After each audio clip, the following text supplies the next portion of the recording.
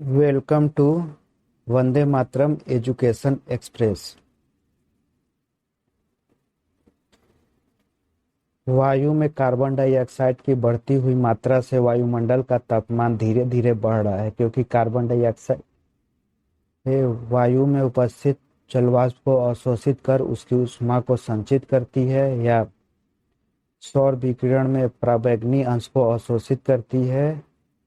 Option C, सौर विकिरण संपूर्ण सौर विकिरण को अवशोषित करती है, या डी, सौर विकिरण के अवरक्त अंश को अवशोषित करती है। तो इसका सही आंसर है डी, सौर विकिरण के अवरक्त अंश को अवशोषित करती है।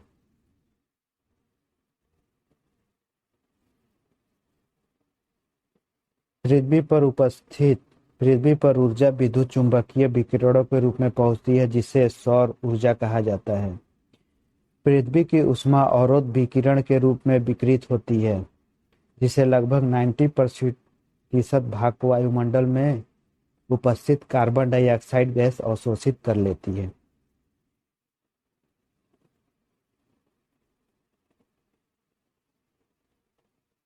ग्रीन हाउस प्रभाव का कारण। कार्बन डाइऑक्साइड गैस धरती पर जीवन के लिए हानिकारक और लाभदायक दोनों है।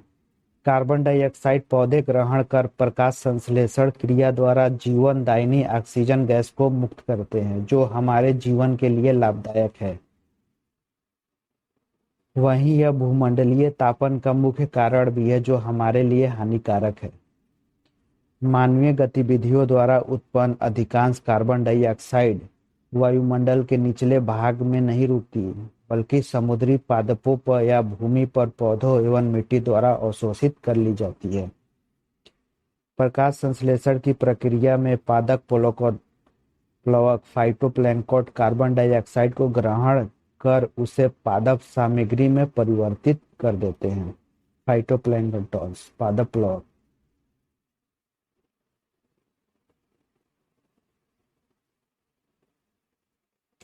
कार्बन डाइऑक्साइड CO2 गैस अन्य ग्लोबल वार्मिंग ग्रीन हाउस गैसों के विपरीत पौधों के विकास के लिए संभावित रूप से फायदेमंद प्रभाव डालती है, क्योंकि पौधे अपनी ऊर्जा तथा वृद्धि के लिए कार्बोहाइड्रेट के निर्माण हेतु सूर्य के प्रकाश के साथ वायु में उपस्थित कार्बन डाइऑक्साइड का उपयोग करते हैं, जिससे पौधों में वृद्धि व विकास संभव होता है।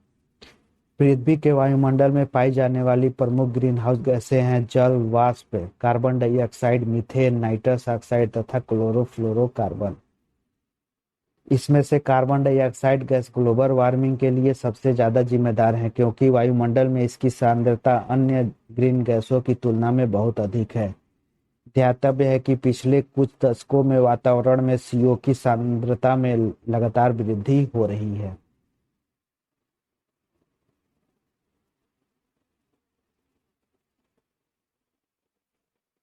वातावरण में वर्ष 1959 से 2000 के मध्य CO2 की सांद्रता में वृद्धि,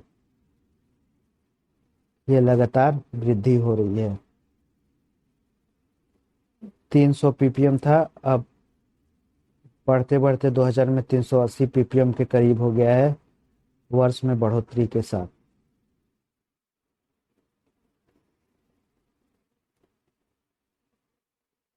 वैश्विक ऊष्मन कार्बन डाइऑक्साइड के उत्सर्जन के कारण होता है। वर्ष 1950 में कार्बन डाइऑक्साइड की मात्रा वायुमंडल में जहां 315 ppm पार्ट्स पर मिलियन के आसपास थी, वहीं पर अब यह मात्रा 408 ppm को पार कर चुकी है। विश्व मौसम विज्ञान संगठन WMO के अनुसार पूर्व औद्योगिक प्री इंडस्ट्रियल युग में कार्बन डाइऑक्साइड की सांद्रता लगभग 278 ppm 0.0% थी, जिससे वायुमंडल, समुद्र और जीवमंडल आदि के बीच संतुलन बना रहता था। हालांकि मानवीय गतिविधियों जैसे जीवाश्म ईंधन के जलने आदि से यह प्राकृतिक संतुलन बिगड़ गया है। वर्तमान में औसत वार्षिक CO2 सांद्रता 400 ppm 0.04% से अधिक पहुंच चुकी है। यदि कार्बन डाइऑक्साइड की मात्रा इसी तरह बढ़ती रही तो 21वीं सदी पूरी होने पर यह मात्रा करीब 650 से 950 ppm हो जाएगी और पृथ्वी का तापमान 6 डिग्री सेल्सियस बढ़ जाएगा। ध्येय है कि मीथेन गैस को मार्स गैस भी कहते हैं, जिसका स्रोत बायोगैस, जीवाणु अपघटन तथा जुगाली करने वाले पशु है। यह एक हरित गृह गैस है जो कि वायु प्रदूषक एयर पॉल्यूटेंट होती है। धान के खेत, कोयले की खदानें एवं घरेलू पशु वातावरण में मीथेन उत्सर्जन के मानवीय स्रोत हैं, जबकि आर्द्र भूमि, समुद्र, हाइड्रेट्स मीथेन उत्सर्जन के प्राकृतिक स्रोत हैं। प्राकृतिक स्रोतों से वैश्विक मीथेन उत्सर्जन का सर्वाधिक 76% भाग आर्द्र भूमि से ही उत्सर्जित होता है। नेक्स्ट, चावल की खेती से संबंध। अवायवीय परिस्थितियां मीथेन के उत्सर्जन का कारक है कि जब नाइट्रोजन आधारित उर्वरक प्रयोग किए जाते हैं तब कृषि मृदा से नाइट्रस ऑक्साइड का उत्सर्जन होता है। मानव जनित वायुमंडलीय प्रदूषण से जलवायु में परिवर्तन हो सकता है। जलवायु परिवर्तन के दो प्रमुख कारण हैं: कार्बन उत्सर्जन में वृद्धि वाले कारक तथा कार्बन अवशोषण में कमी वाले कारक। कार्बन उत्सर्जन में वृद्धि वाले कारणों में जीवाश्म ईंधनों का अत्यधिक प्रज्वलन, तेल से चलने वाली वाहनों की संख्या में अत्यधिक वृद्धि आदि आते हैं। अतः वायुमंडल में कार्बन सांद्रण बढ़ रहा है, जो हरित गृह प्रभाव में वृद्धि कर जलवायु को प्रभावित कर रहा है।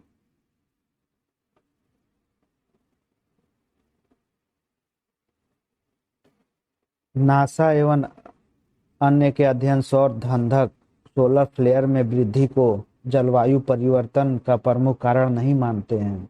इसके अतिरिक्त जीवाश्म ईंधन के जलने से वायुमंडल में ग्रीन हाउस गैसों में वृद्धि तथा ओजोन परत का अवक्षय जलवायु परिवर्तन के प्रमुख कारण है। जलवायु परिवर्तन हेतु ग्रीन हाउस गैसों एवं प्रदूषण प्रत्यक्ष रूप से, जबकि ओजोन परत का क्षरण अप्रत्यक्ष रूप से जिम्मेदार है।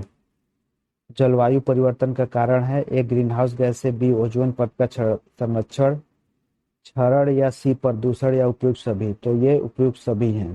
ग्रीन हाउस गैस से ओजोन परत का क्षरण, प्रदूषण।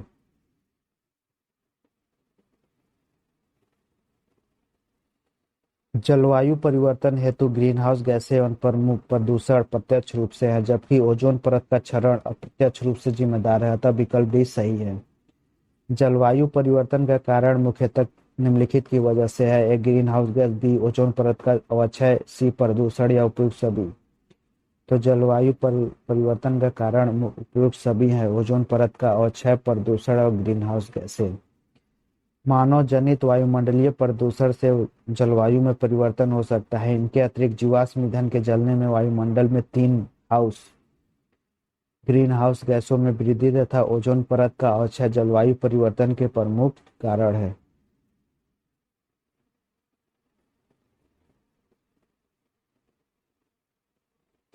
कार्बन डाइऑक्साइड गैसें धरती पर जीवन के लिए हानिकारक और लाभदायक दोनों है। पौधे कार्बन डाइऑक्साइड ग्रहण कर प्रकाश संश्लेषण क्रिया द्वारा जीवनदायिनी ऑक्सीजन गैस की रचना करते हैं, जो हमारे जीवन के लिए लाभदायक है। वही यह भूमंडलीय तापन का मुख्य कारण भी है, जो हमारे लिए हानिकारक भी है। कार्बन डाइऑक्साइड ऐसा गैस है, दोनों हानिकारक और लाभदायक दोनों होती हैं। निम्नलिखित कथनों में से कौन सा कार्बन निषेचन, कार्बन फर्टिलाइजेशन का सर्वोत्तम वर्णित करता है? ये वायुमंडल में कार्बन डाइऑक्साइड की बढ़ी हुई सांद्रता के कारण बढ़ी हुई पादप वृद्धि। वायुमंडल में कार्बन डाइऑक्साइड की बढ़ी हुई सांद्रता से पृथ्वी का बढ़ा हुआ तापमान, या वायुमंडल में कार्बन डाइऑक्साइड की बढ़ी हुई सांद्रता के परिणाम स्वरूप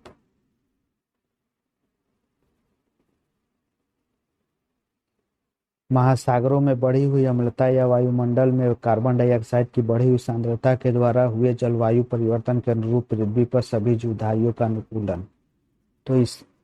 तो ये ऑप्शन सी सबसे सही बैठता है, क्योंकि कार्बन डाइऑक्साइड की सांद्रता से पादप पौधों में वृद्धि हुई है।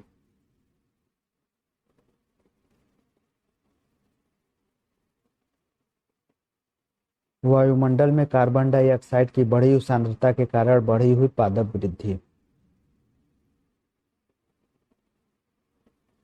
कार्बन डाइऑक्साइड गैस अन्य ग्लोबल वार्मिंग ग्रीन हाउस गैसों के विपरीत पौधों के विकास के लिए संभावित रूप से फायदेमंद प्रभाव डालता है, क्योंकि पौधे सॉरी अपनी ऊर्जा प्राप्ति तथा वृद्धि के लिए कार्बोहाइड्रेट का निर्माण हेतु सूर्य के प्रकाश के साथ वायु में उपस्थित कार्बन डाइऑक्साइड का उपयोग करते हैं, जिससे पौधों में वृद्धि व विकास संभव होता है। अतः विकल्प ए, वायुमंडल में कार्बन डाइऑक्साइड की बढ़ी हुई सांद्रता के कारण बढ़ी उत्पादक वृद्धि कार्बन निषेचन को सर्वोत्तम वर्णित करता है।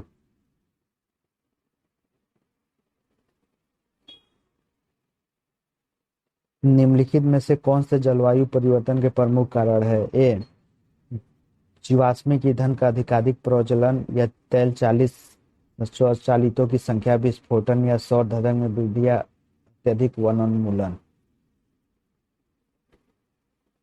तो सही कोड का उत्तर 3 को एलिमिनेट करके मिल जाएगा, 1, 2 और 4। ऑप्शन बी, क्योंकि जीवाश्मिक ईंधन का अधिक प्रज्वलन ये भी कारण है, तेल चालित स्वचालितों की संख्या ये भी है, अत्यधिक वनोन्मूलन ये भी है।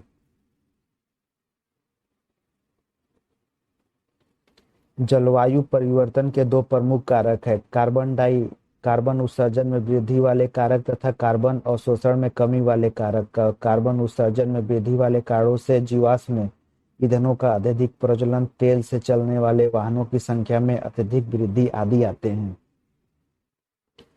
अतः वायुमंडल में कार्बन सांद्रता बढ़ रहा है, जो हरित गैस प्रभाव में वृद्धि कर जलवायु को प्रभावित कर रहा है।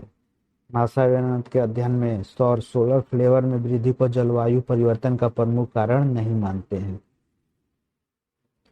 निम्नलिखित में से कौन सी गैस ग्लोबल वार्मिंग के लिए ज्यादा जिम्मेदार है? नाइट्रोजन, बी मीथेन, सी कार्बन डाइऑक्साइड या डी कार्बन मोनोऑक्साइड। तो कार्बन डाइऑक्साइड सर्वाधिक जिम्मेदार है। पृथ्वी के वायुमंडल में पाई जाने वाली प्रमुख ग्रीन हाउस गैसें हैं जल वाष्प, carbon dioxide, methane, nitrous oxide तथा क्लोरोफ्लोरोकार्बन। उपर्युक्त विकल्पों में से carbon dioxide gas global warming के लिए सबसे ज्यादा जिम्मेदार है, क्योंकि वायुमंडल में इसकी सांद्रता अन्य ग्रीन हाउस गैसों की तुलना में बहुत ही अधिक है। ध्यातव्य है कि पिछले कुछ दशकों में वातावरण में CO2 की सांद्रता में लगातार वृद्धि हो रही है। वैश्विक ऊष्मन उत्सर्जन के कारण होता है, नाइट्रोजन के, बी कार्बन डाइऑक्साइड के, सी कार्बन मोनोऑक्साइड के, डी हाइड्रोकार्बन के। तो वैश्विक ऊष्मन उत्सर्जन के कारण होता है कार्बन डाइऑक्साइड के।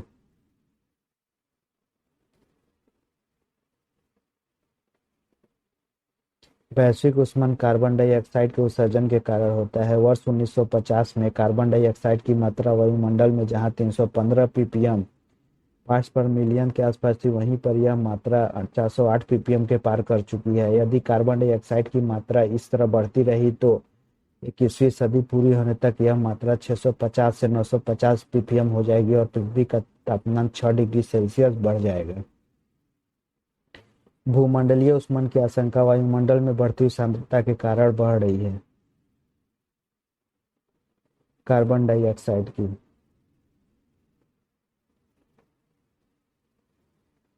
निम्नलिखित में से किसे वायुमंडल के प्राकृतिक संतुलन के लिए कार्बन डाइऑक्साइड की उपयुक्त सांद्रता मानी जाती है? तो 0.03% उपयुक्त सांद्रता मानी जाती है। विश्व मौसम विज्ञान संगठन WMO के अनुसार पूर्व औद्योगिक युग में कार्बन डाइऑक्साइड की सांद्रता लगभग 278 ppm थी, 0.0% थी, जिससे वायुमंडल, समुद्र एवं जीवमंडल आदि के बीच संतुलन बना रहता था। हालांकि मानवीय गतिविधियों जैसे जीवाश्म ईंधन के जलने आदि से यह प्राकृतिक संतुलन बिगड़ गया है।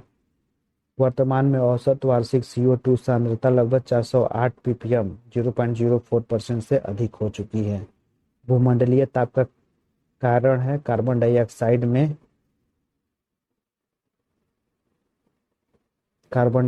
वृद्धि, ना कि कार्बन डाइऑक्साइड में कमी। Option B.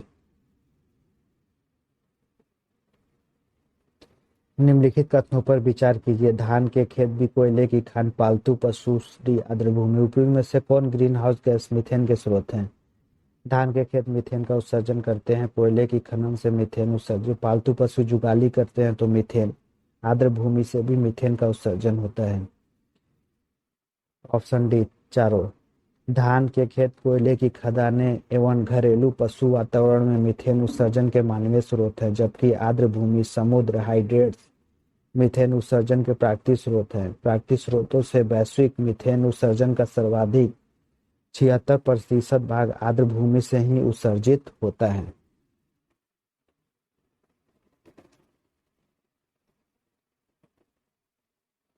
धान के खेतों में उत्पन्न होने वाली गैसें जो कि वायुमंडलीय तापक्रम वृद्धि से संबंध है, वह है कार्बन डाइऑक्साइड।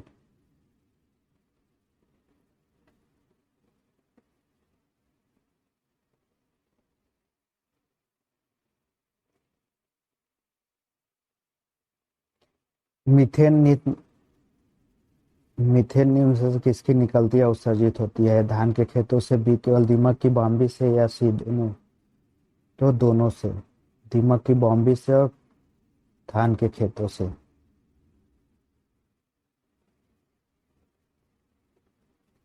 धान के खेत, कोयले की खदानें और घरेलू वातावरण में मीथेन उत्सर्जन के मानवीय स्रोत हैं, जबकि आर्द्र भूमि, दीमक, हाइड्रेट्स मीथेन उत्सर्जन का प्राकृतिक स्रोत है।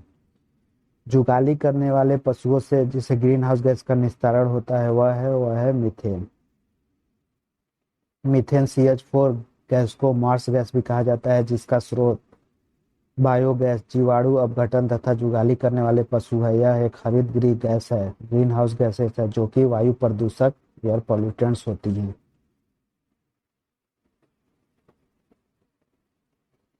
हाल के वर्षों में मानव गतिविधियों के कारण वायुमंडल में कार्बन डाइऑक्साइड की सांद्रता से बढ़ोतरी हुई है, किंतु उसमें से बहुत सी वायुमंडल के निचले भाग में नहीं रहती, क्योंकि यह वायु सपाट में पलायन कर जाती है, समुद्रों में पादप प्लवक द्वारा प्रकाश संश्लेषण कर लेते हैं, ध्रुवीय वस्त्र छत्रक वायु का प्रग्रहण कर लेते हैं। इनमें से कौन सा सही है?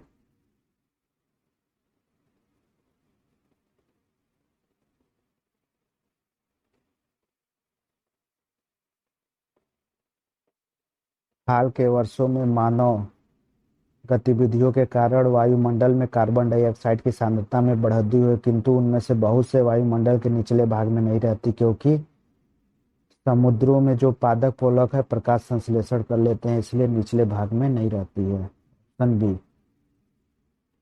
भारतीय मानवीय गतिविधियों द्वारा उत्पन्न अधिकांश कार्बन डाइऑक्साइड वायुमंडल के निचले भाग में नहीं उठती, बल्कि समुद्री पादपों या भूमि पर पौधों या मिट्टी द्वारा अवशोषित कर ली जाती है। प्रकाश संश्लेषण की प्रक्रिया में पादप प्लवक फाइटोप्लैंक्टन कार्बन डाइऑक्साइड को ग्रहण कर उसे पादप सामग्री में परिवर्तित कर देती है।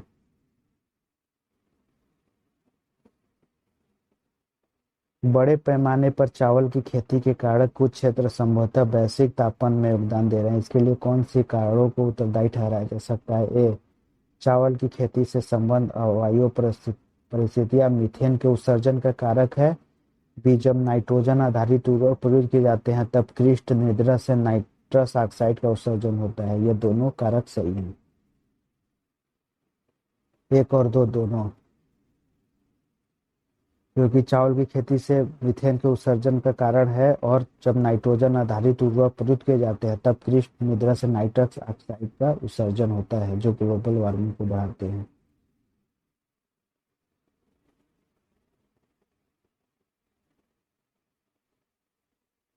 चावल की खेती से संबंध अवायवीय परिस्थितियां मीथेन के उत्सर्जन का कारक है। जब नाइट्रोजन आधारित उर्वरक प्रयुक्त किए जाते हैं तब कृषि मृदा से नाइट्रस ऑक्साइड का उत्सर्जन होता है। तब प्रश्न कथन दोनों सही है।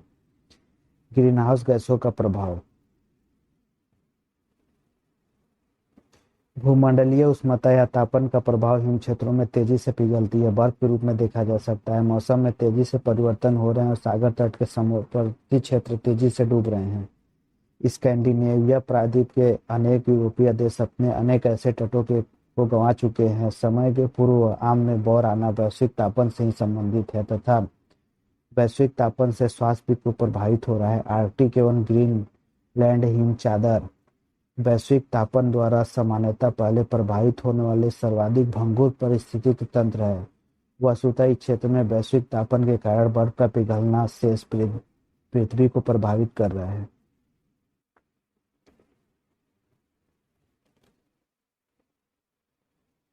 सकारात्मक प्रभाव, नकारात्मक प्रभाव।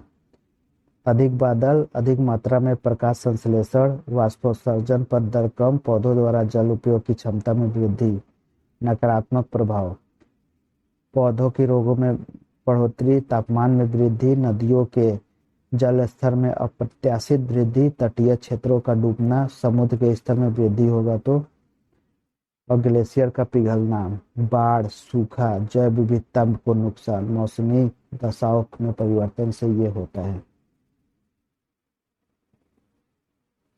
फसल उत्पादकता में कमी आएगा, भारी आर्थिक क्षति होगा। भूमंडलीय उष्णता के सकारात्मक व नकारात्मक प्रभाव ये हैं। बाकी आगे का पार्ट नेक्स्ट पार्ट में पढ़ेंगे। धन्यवाद दोस्तों।